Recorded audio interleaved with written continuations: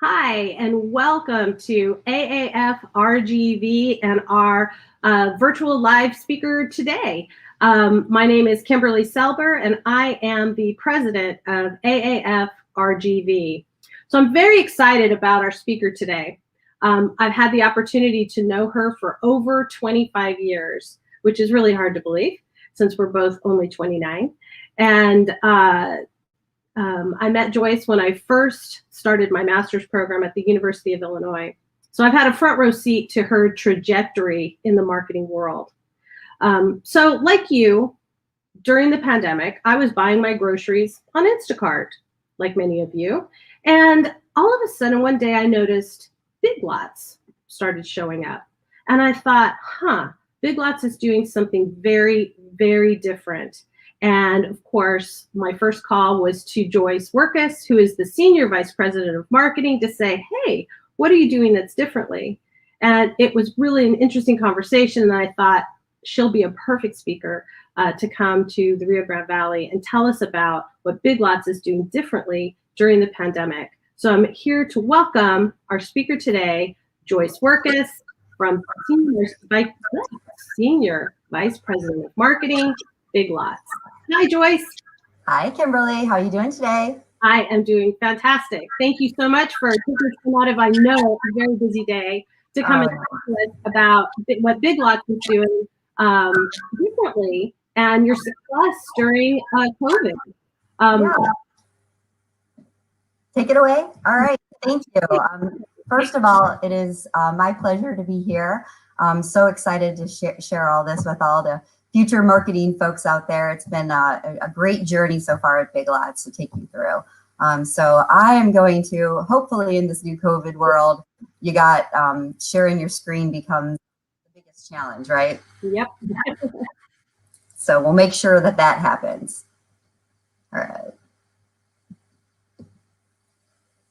Can everybody see that? Is it blinking? Yes, it is blinking. Great. All right, hold on. Sorry about that, everybody. I think that the new world of all the technical difficulties, right? Yes, yes. Most of my meetings start with, hold on, am I connected? Can you see me? I know. Do I have my hair done? All right, so hopefully everybody can see that. That looks great. Great. So again, thank you. It's my pleasure to be here. Before I get into what we've been doing at Big Lots, I just wanted to share a little bit about my career. I know Kimberly mentioned grad school. So I've had quite the journey over the past more years than I want to admit, but started out at University of Illinois. I actually started out as a math major, and then I realized 2 years in that you should actually be good at your major and calculus. And so in my third year, I switched over to advertising. Then my first job out, you think like that you want to work at an advertising agency. And I did that for about a year and absolutely loved it. I worked for a couple different clients in the Chicago area, learning the ropes. But, for me, I realized that what I wanted was ownership over one brand that I could shape. Other people, for them, they love the flexibility of working for a myriad of different clients. So I decided at that point that I wanted to go back to grad school and then focus more on the brand management side of marketing. So I went back to grad school, and that's where I met Miss Selber here many, many years ago, and an excellent friend. And then after there, I got a job at Fannie Mae and Fannie Farmer Candies. They're based in Chicago. That was my first taste, pardon the pun, in retail, and it was a really great experience. And this is going to totally date myself, and I just can't believe this, but the way that I found out about this job was actually in a print newspaper in the help wanted section. Anyway, so I was there for a couple of years, and then moved down to Central Illinois and had a little bit of a career pivot because there's not a copious amount of retailers that are based in Springfield, Illinois. And I ran the communications for the State Healthcare Association. Learned a lot about lobbying. I went into the job not knowing if I was a Democrat or Republican, so it was a little bit of a learning opportunity for me. Did that for several years and then had an opportunity to move out to Phoenix. And that's where I found my passion in retail, and where it started was at PetSmart. I was there for about 18 years and had a ton of different positions. And, you know, as you guys are thinking about your career, whether you haven't started it yet or whether you're in it already, one of the things that I learned during my time at PetSmart was that even if you love your job, every 2 years, you should be thinking, do I get that pit in my stomach that makes me go, gosh, I'm a little nervous today. I'm going to learn something, because whether it's a presentation you have to do in person, write a presentation, conflict that you have to have with someone, if you don't get that pit in your stomach every 2 years, then it's time for you to, you know, grow. And so that's what I continued to make sure that I did there. And moved up to VP of Marketing, and was doing that for about 5 years before I got a call from a former mentor and colleague of mine who also worked at PetSmart. He's now the CEO of Big Lots, and he said, hey, Joyce, I want you to come out to Columbus. And I was like, what? But he was persistent, and I studied Big Lots because I don't, maybe some of you have never been in one before. I decided that I would go check it out. So Big Lots, for those of you not familiar, we've got about 1,400 stores across the country, little under 35,000 associates. We just hit our 6.2 billion in annual sales last year.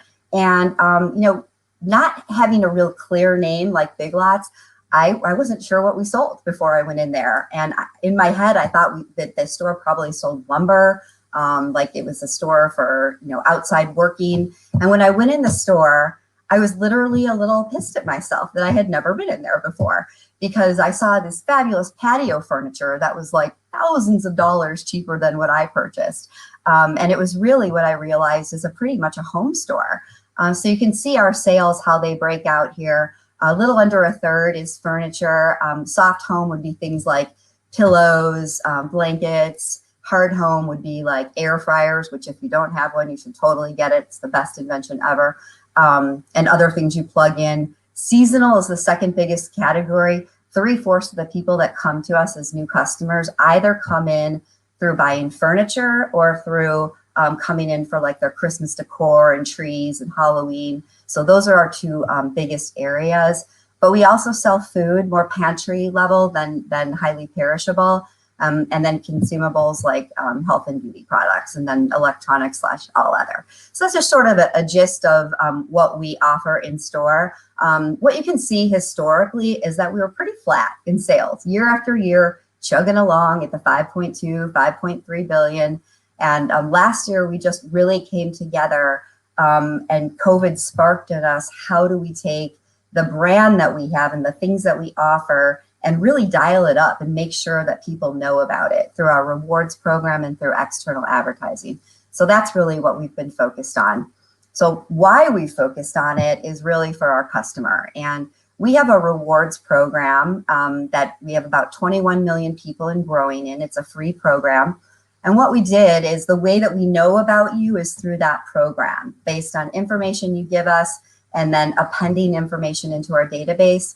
We have a partnership with an analytic group called Merkle. And what Merkle does is they take about 200 million people in the United States and everything you could ever want to know about them. Any survey that you filled out in your life, chances are Merkle knows it, down to random things like how many people prefer to never go out of the house without makeup, or who loves Desperate Housewives, or the amount of information in there is incredible. And so what they did is they overlay that with our database to say, where does the Big Lots shopper over or under index in different attributes? And it helps us to better understand our customer in particular. Number one, we know she's a middle America superwoman. So first, she's a she. Over 70% of the people in our rewards database are women, compared to about 50% average US. We also know that she skews towards cohorts that we've previously called heroes during COVID. So think like nurses, medical assistants, teachers, truck drivers, veterans, military. We do have men obviously as well. So, you know, really she's out there on the front lines, and that was super helpful for us to know going into the pandemic that we needed to do something different for her. She also loves her home. her home is her haven, and she wants it to look beautiful and be representative of her. She's on Facebook, she's pinning, she really loves getting online and communicating with her friends. An interesting thing we learned, she's got a lot of mouths to feed. So about little under 2/3 of the people in our database have 3 or more people in their household, but more than a fourth have 6 or more. So she's got a lot of mouths, she needs a lot of mattresses, she needs a lot of couches. And so that was also helpful for us to know. Next, and most interesting, is she's planning or recently moved, and she significantly over-indexes on this. That also helps because if you go into our stores, you will see that we essentially have everything you need for your home, and our focus is so value-based that if you need to upsize or downsize and you need a lot of things for your house, we can help you do that on a budget. The last thing is we overlaid various demographic information, so whether it's ethnicity, age, income, and what we found is that our database almost mirrors the U.S. population in terms of diversity. So that also helped us because our old real estate strategy was putting Big Lots in wherever it was cheapest. And so sometimes they weren't in great locations. And so we sort of got this reputation of is Big Lots for the person who can't afford to go to anywhere else. And we realized that that wasn't true. And it's really helped us to think about always offering value, whether it's someone who needs it or someone who wants it, because who wants to pay more than they need to when they're buying something. So that brings me to our overall brand positioning. We kind of like to see ourselves as, if you think about Target, it's Delight. For some reason, and they do a great job of making it a store that you want to go to, even though you're buying your basic things, but you're paying a little bit more, but it's a great experience. I love going to Walmart because it's so fun, said no one ever, right? But the vast majority of the US goes to Walmart. Why? Because you get cheap prices. So we think about Big Lots as a place that, as we evolve our brand and how we invest in our stores and our marketing, as a way to offer smoking deals, but do it with an experience that's more elevated and makes her feel good about her experience. Then we throw in some of our secret sauce. We used to be known years ago as Odd Lots, and this Odd Lots name came from the fact that our buying strategy was fundamentally based in buyouts. So, P&G changed the label on their product, and so they'd sell us the old product and we could offer it at a smoking deal. We kind of over time lost that heritage a little bit, and we realized, to talking through consumers, that they love that. They love coming in and seeing that they can get, Tide for $1 because we've got a bunch of extra ones. And so we're bringing that back. We also know that our stores, our associate very much mirrors our customer. And so she is much more like her. And so there's this relation that makes her a little bit more caring and friendly because she can relate. And then we also, for those of you who have shopped there, a girlfriend of mine just sent me a TikTok this morning that she got teed up.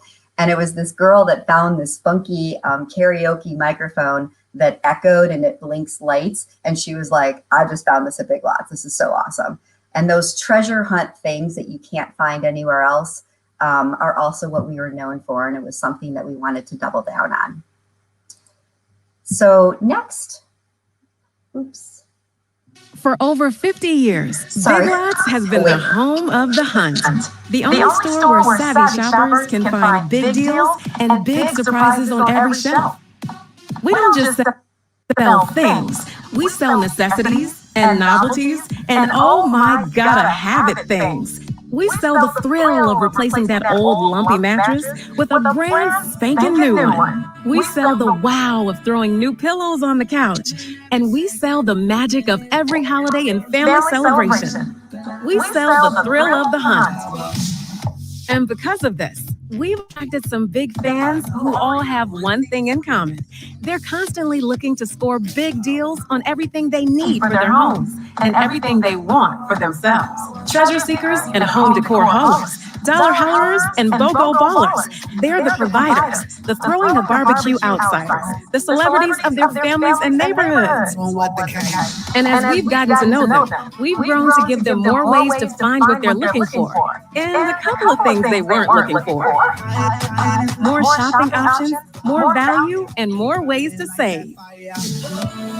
Big Lots is their happy place, where to-do lists become to-da lists. With our prices, products, and people, we turn their errands into an adventure and make them feel like the big deals they are by giving them the best deal we can. We help them live big and save lots.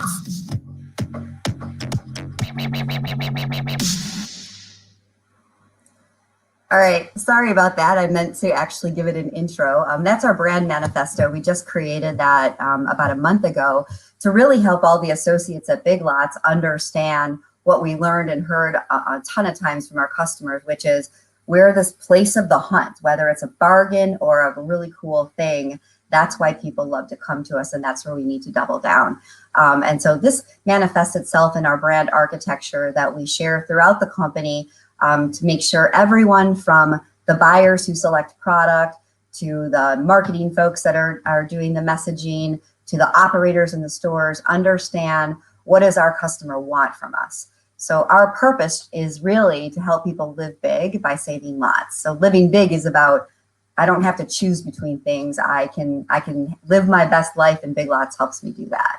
And so the 4 brand pillars are providing exceptional value on everything you need, your essentials for your house, also having surprising products. I think of this as products that make you smile, whether it's showing your personality or just giving gifts. My favorite example is we carry over holiday a 1-pound gummy bear, just crazy things that you just never find anywhere else. Easy shopping is about removing friction in the shopping experience. Kimberly mentioned Instacart at the beginning. That was one thing that we saw during the pandemic is, more people don't want to go to stores shopping. And so that was something that we really said, this is a brand pillar. We need to execute some things really quickly in order to help our customer. There's removing friction, but then there's having a great experience, which is taking a step away and being able to just go somewhere that it's fun. And so we're also focused on how do we make that experience delightful. So this kind of manifests itself in this notion that we want to make sure we're offering big deals for everything for her home, and that guides the way that we market.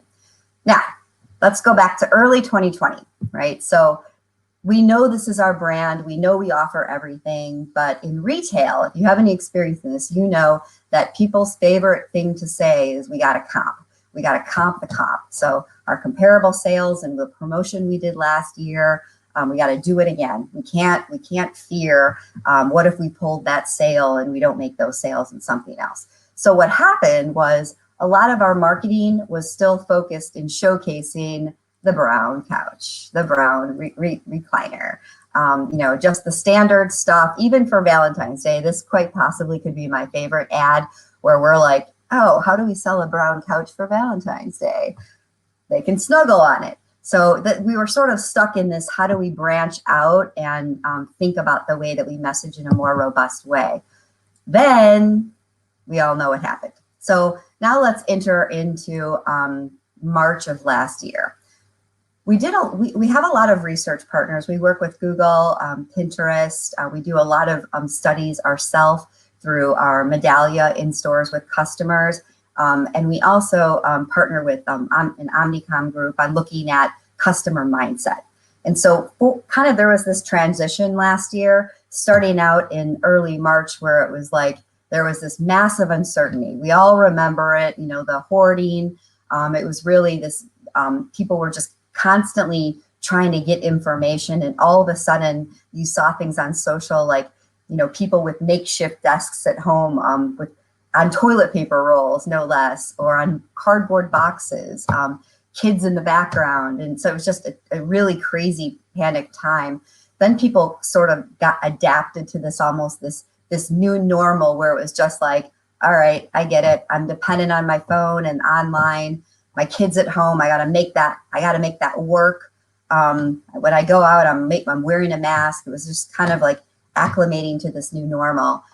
Then we sort of like going into like the end of 2020, this spring, kind of like, all right, I got my groove on. I can go out. I can go to dinner if it's outside, baby steps. I gotta make sure that I'm saving my money and making sure that I'm being thoughtful. And then there's sort of like this, we think sometime, as vaccinations become more prevalent, there's a little bit more return to normal. I've heard the term out there, revenge shopping. So I haven't bought an outfit for myself in a year. I'm going to go spend. I'm going to go entertain myself. So this thinking about this mindset, and I've simplified it here. Certainly, there's a lot more involved. Helped us, guided us through the messaging that we've done over the past year, as well as the things we've put into place operationally in our stores and the way that we've acted at our corporate headquarters.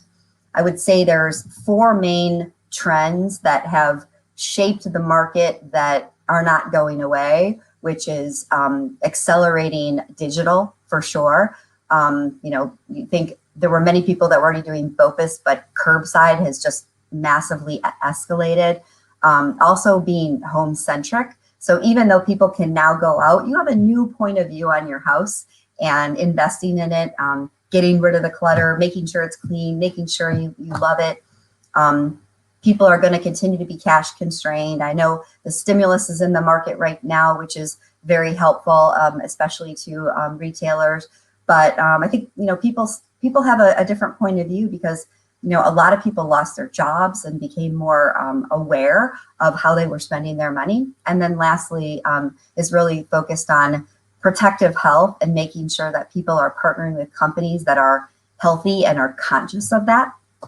So if I go to, what we did in the pandemic, our CEO, Bruce Thorne, immediately when it started, published to the entire organization his intent. And he was actually an Army Ranger years ago and really thought of this as how do we protect ourselves and think about like this is a battle and what are the things that guided him while he was in the service, and it's really helped us throughout today. The first one is obviously to stay healthy, which I know sounds obvious, but we had to be careful. We're a retailer and we've got people on the front lines every day, and so we got to make sure that we're taking care of them. Job number one.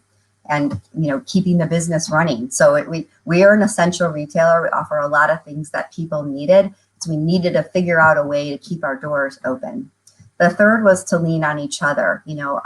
Bruce will always say something like, when one of us hurts, the rest of us help. And it's all about like tell people when you're getting exhausted, because gosh knows a lot of people through the past year working hours and hours overnight to get things done fast.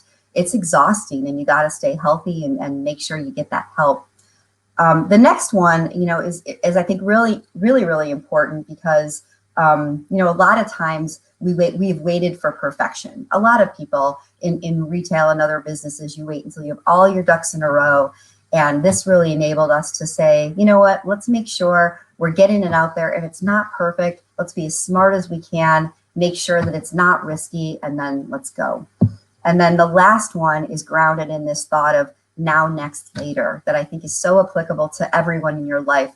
Those days where you get overwhelmed with the number of things you have to do, think about it as like, what are the immediate things I need? Then what's coming and what can I put off until later? So these sort of helped shape the way we thought about our actions. So I talked about the mindsets and 5 actions generally that we took during this time. The first one was constant communication with our customers. They want to know what we're doing to make sure that they are safe. And one of the most important things we did right on is partnered with Dr. Peter Matos, who is an expert in global emerging infections. He was actually a command surgeon in the U.S. Army. And so he has been a consultant. He still is today. There were times where we were talking to him every day and getting advice on the cleanliness of the stores, what we needed to offer, just what we should do with our associates, how we should handle our distribution centers. And so that was a really important first step. So then I mentioned, obviously, customers are really wanting stuff. They went into stock up mode. And so we wanted to make sure they knew, whether it was through paid social or our website, emails, that we were open and we had things they needed.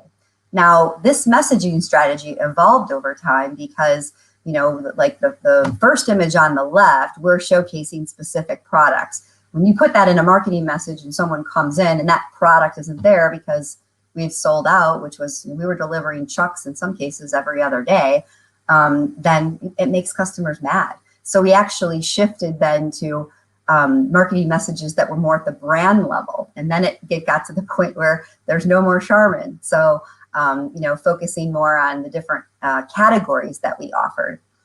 We also ramped up a free item program we have. When you join our rewards program, we have weekends throughout the year where if you come in and show your rewards, then you get a free anti-bac, or sometimes it was more general things like a Red Bull or a water, soda, but customers love these. We've seen north of 100,000 free items that we'll give out on a weekend just by promoting them. And it made people feel good that, in this time when people are hoarding, we're wanting to give you something for free.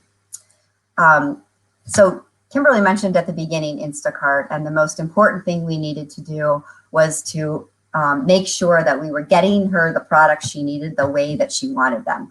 And that meant we needed to ramp up our omnichannel capabilities really fast. We added curbside pickup in 2 days. We actually call it scrappy curbside because we knew it wasn't perfect, but that it was so important that we get it done. Then we went over the next month or two to same-day delivery through an external partner called Pickup. So you can literally go online, pick out a couch, maybe it's brown, maybe it's not, pick out some pork rinds, pick out a facial mask, some nail polish, and have it delivered in one truck to you the same day. So that was really important, and the breadth of things that we offered helped for that to be a benefit to our customers. So that was really our focus number one. Then we took all of our advertising dollars that we do online and we optimized them through biglots.com. So meaning when we measure, we put out digital advertising, we work with our media agency and data onboarders like LiveRamp to be able to match your cookies or your mobile ID and be able to say, I targeted Mary, Mary came in and bought, ding, ding, we have a winner. So we were optimizing that to a store visit, and we changed that to biglots.com and said, you know what, let's get her to our website because everything good happens on biglots.com. She either comes into the store or she chooses one of these ways to buy. Next, what was really popular for us, and again, this goes back to the whole comp thing, was these friends and family events where it was like, come in for 2 days, you get 20% off for everybody. And, we'd have a bunch of people come to the store, traffic would be up hugely. That wasn't really the right thing to do during COVID. And so we looked at how do we make it more customer centric? And so rather than having friends and family days for 2 days where we could see this flood of traffic, we created this Your Deal, Your Day and would run it for several weeks so that, if you work during the weekends, which are normally our friends and family were, you could never come to them. Now you can pick the time. You can pick early morning if you feel safest or at night. And we knew that we were going to lose traffic from a comp perspective on those 2 days. But what we found is a strong benefit the rest of the time. And it was easy for us to make up that loss from that friends and family. And because we focused on what the customer wanted. The other thing we did, and I mentioned this earlier, because we over-index on what we were calling heroes, for about 6 months, we offered every day, you show your ID for military, veterans, teachers, healthcare professionals, ENT, truck drivers, just to show their ID and they get 15% off. And then in November, we switched that to an always on for military and veterans, 10% off every day. And now we're looking at how do we pulse in those other cohorts. So it was just something that basically every day offer them something versus saying, you come to me when I'm having a sale. Then how that manifested ourselves lastly is really in how do we tell a story that's not just about the brown couch? The brown couch can be in the story for sure, but we have so many other things. And so, we brought in marketing that was grounded in Are you ready to chill at home? These are new supplies we have for crafting at home with your kids, or work from home solutions. I remember that, we sent out an email that had all these toys that we sell at Big Lots. We have a huge aisle of toys. And that email would have never seen the light of day prior to last year, because we would have said, nope, we can't take away from another email where we're promoting all of our furniture and mattresses. And this enabled us to be more customer centric. So I would say, just in summary, there were kind of like 6 areas where we think that, we feel like we really reinforced our position as a discount retailer, that COVID was a catalyst, but we feel like we have a strong position to continue to accelerate, continue to look at our pricing and our assortment to make sure we're bringing, great things to our customers and growing our customer base. We won as an essential retailer. We had a $900 million increase year over year to the $6.2 billion. We really focused on customer mindset, and that is not going away. It's core to what we do now and core to how I work with our marketing team to make sure we bring that to life. We 100% cared for our associates and made sure that we took care of them during this time, reporting on and any COVID that came up every day, make sure that we were helping to make sure that person got better. Focused on our customers. We very much accelerated all of our e-com. In fact, we won #1 omnichannel retailer last year from the Total Retail Organization, because they, like Ms. Silver, saw all the things that we were doing and how fast that we did them. And then we aggressively marketed. And I would say, if you ask me, we didn't aggressively market enough, but I'm a work in progress on that with our budget, but we are looking at how do we tell the story in a bigger way about Big Lots. So I would say, in sum, my learnings from a business standpoint, and sometimes it's hard because, buyers will buy things and you got to sell it. And there has to be a push and a pull strategy. So I think of it like a Venn. A good Venn diagram has customer mindset, it has merch priorities, and it has what are you authentically, what is ownable for you, what's believable for you that you would sell and it would be a quality product. And where all those come together is where you really should be focusing most of your marketing dollars, but really focusing, letting customer mindset drive all other is paramount, now more than ever before.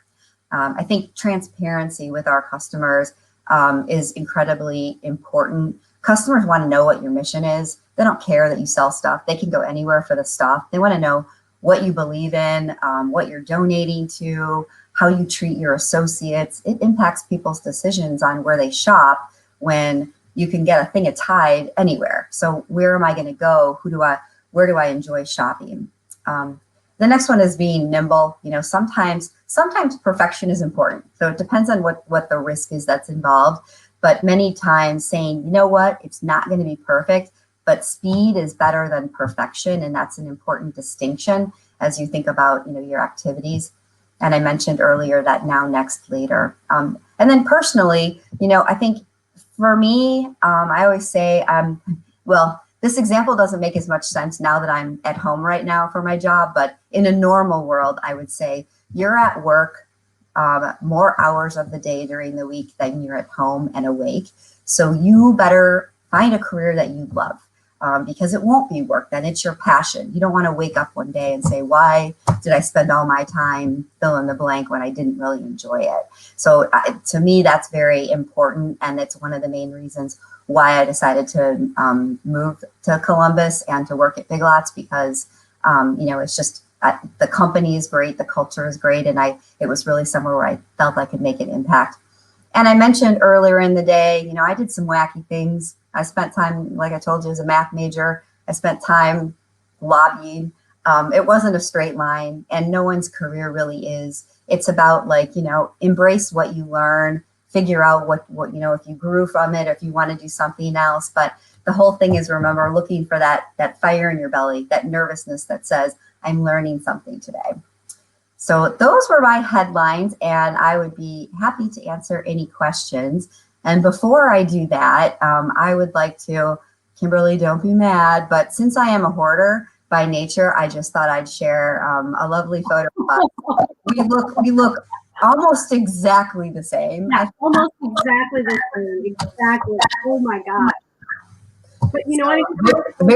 Very hip jacket. So cool. It's almost as hip as my all jean outfit.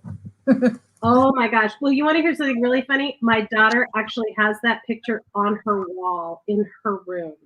Oh my gosh. Wow. Yeah. So, and speaking of her room, I just want to say too that, you know, because of the communication that I was getting from Big Lots during the pandemic, my daughter was moving to college, right? At the height of all of this. And so Big Lots was a huge, huge resource for us. And my very favorite was the lavender colored bins that I'd never seen anywhere else, that were very reasonably priced, that fit perfectly under dorm beds. And so she had the coolest storage in all of the we were very, very excited about all of that. Awesome. Questions from our viewers. Jerry. Hi, Joyce. So Sean asks if you could take one aspect of your CPG marketing at a retail level and convert it to a B2B business, what would it be?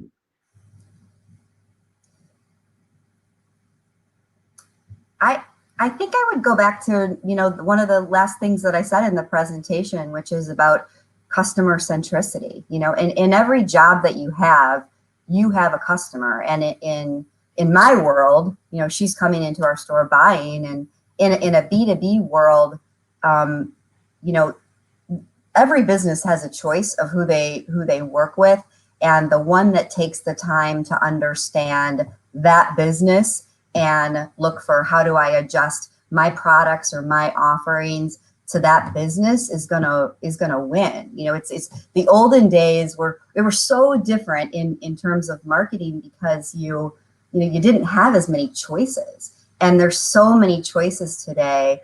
Think like startups and just the way that you can communicate with so many businesses. And so, you know, the ones that are truly customer centric are the ones that are going to be successful. That makes a lot of sense. We're seeing a lot of consumers, businesses, they're looking for trust. They're looking for partners. They're looking for those businesses that say, yeah, they get me and they care about me. And I agree, you know, if it doesn't matter whether it's business to business or, you know, business to consumer. Yeah, I was thinking about, so when I was at PetSmart, my husband used to work for a supplement company in Phoenix that also made pet supplements.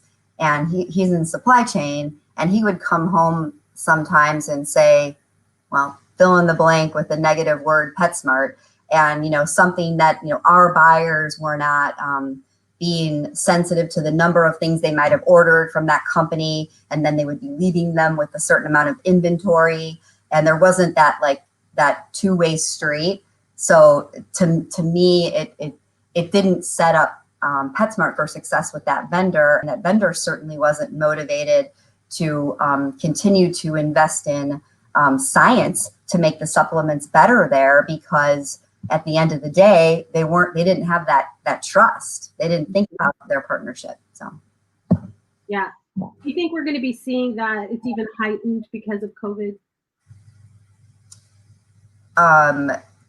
You mean relationships? Mm-hmm. I think that everyone has less trust for everything in the world right now. So yes, I would say everyone is suspicious to make sure that, you know, products are created in a healthy way, that people are treated well, that communication is transparent. So absolutely. And I think the other thing is, you know, people are so dependent digitally now, and, you know, watching more news than ever before. I mean, there are days where I literally have my laptop, my iPad, and my phone all right here. And so you're just consuming information at such a different rate that you got to be transparent, because if you're not, it's going to get out there. Yep, exactly. Jerry, we have some more questions. Yes. So Jean asks, do Did you have an initial dip in sales? If so, how long did it take to bounce back? Yep. Okay. Thanks, Jean. And I'm assuming you mean during COVID, or? Yes. Is that right?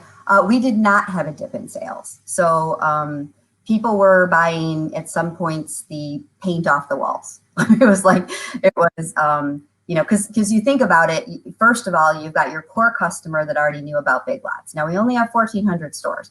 So when you compare that to like your Dollar Generals or your Walmarts and your Targets, most people are probably closer to one of those stores just because of their sheer number. So we have our little army of customers, or 21 million, that knew that they could get toilet paper and essentials at Big Lots. But then you had this interesting phenomenon, and it doesn't make for a great marketing spiel, but there's a benefit to the fact that our stores are small, because during COVID, if you went into a Walmart, you could literally be in a store with another 1,000 people, whereas that's maybe 50 at a Big Lots. So it's from that respect, not only were people buying things off the shelf at Walmarts and Targets faster, but people were looking for solutions that involved less people contact. So that we also saw new customers who came to us as well. So we did, and also consider, we were able to stay open because we were an essential retailer. That's obviously offering a lot of the food and consumables that we have in store. But as people were hunkering down and they had either the stimulus or they had their tax rebate, they also might decide that they wanted to buy, get a new mattress because they're at home, or a new couch. And so our non-essential items benefited from the fact that we were open during that time when maybe a competitor like furniture that only sells furniture wasn't open. That makes lots of sense too. I know that when I've gone into Big Lots, it's look at how cute that couch is. It was Well, we about a year and a half ago, we purchased 2 years ago Broyhill. And some of you might know the brand. If you're younger, you probably don't. But really high quality brand that we were able to redesign and offer to our customers for a great deal. And you think, why? I wish I would have not spent as much money as I did on a couch and went and bought it here. So Jerry, do we have some more questions? So last question. Do you have a favorite motivational book that you would recommend? Gosh, there's so many. I can't think of one off the top of my head. I would say, I know I sound like a broken record, but anything on customer centricity. I think I have a bunch of them behind me. If I had more time, I would pull them out. But it's such a buzzword, but it is so true, and it's really, really hard to make sure that people in your organization know what that is, because it's easy to say it, but it's not easy to do it. So I would say just becoming a consumer of everything related to the changing consumer, I would recommend. So I loved what you talked about, making imperfect decisions. And I think that's, we all want to make the right decision, and we want to collect data. We want to make sure that it's right. But this year has oftentimes been about making quick decisions, and that's real hard for a large organization like Big Lots. What would you say, just furthering what you talked about as what you learned, what are some of the decisions that y'all made at first, but then that weren't perfect, that then became really good solutions?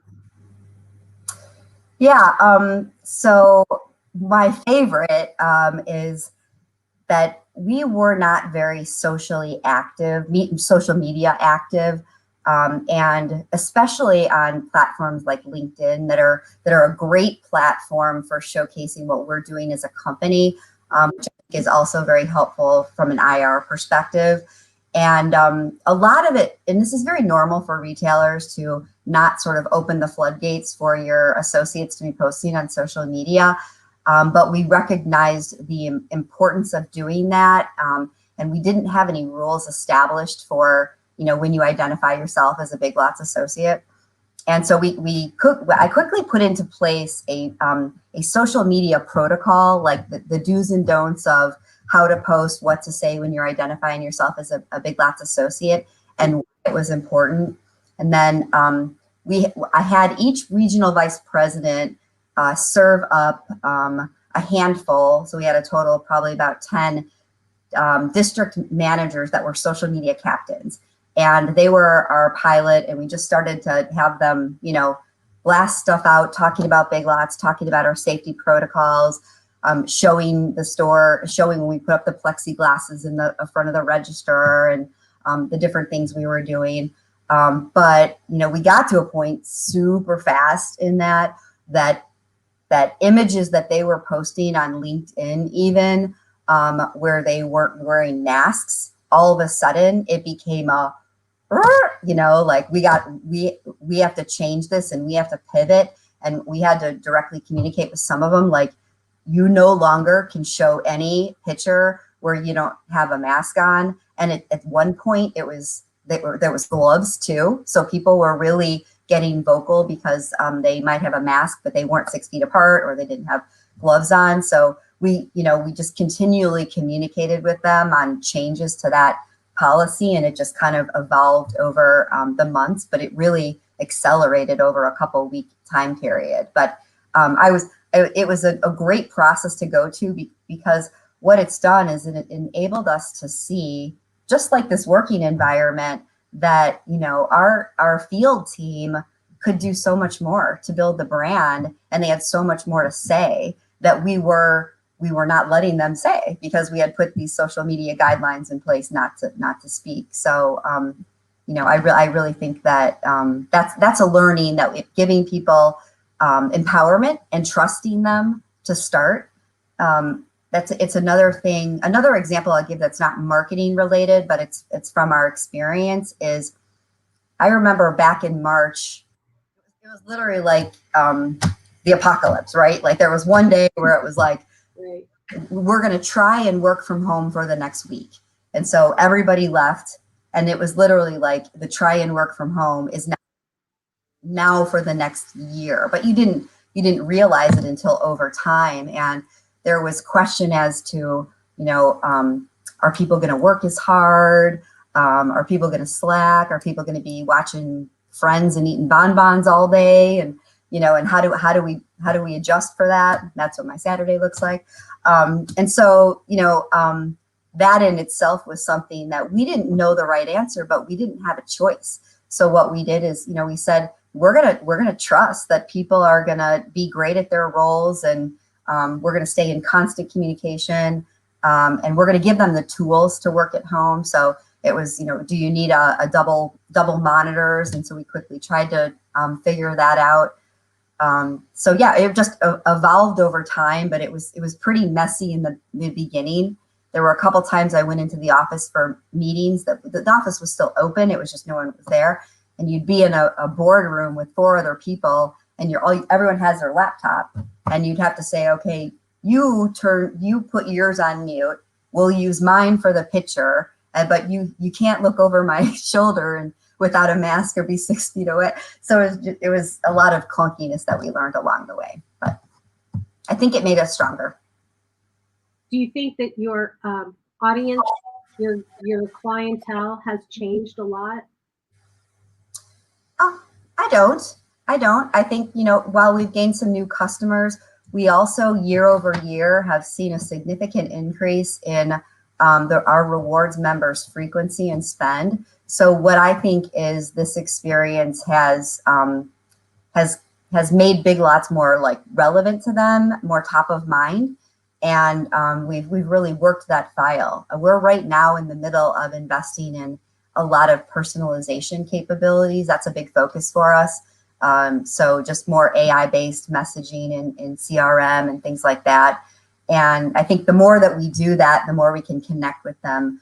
Any marketer's ideal is that your customer says, wow, fill in the blank really gets me. And so, you know, we're not there yet by any means. We are on a long journey, and that's the next step. But I don't think they've changed. I think we have more of them, but I think we have a pretty diverse group of people. Well, I think that's all of the questions that we have. Joyce, thank you so much for taking time to be with us today here in Texas. And are you coming to us from Ohio or from Arizona today? Yeah, I'm in Scottsdale right now. I'll be back in Columbus in about a month. So that's another nice thing. The only downside is that, you know, you're getting up at 4 a.m., but it's worth it for no snow. There you go. There you go. Well, thank you again for being with us today. We really appreciate your time, and have a great rest of your day. Thank you. All right. For being Thank with you. us. Nice to talk to you. Bye.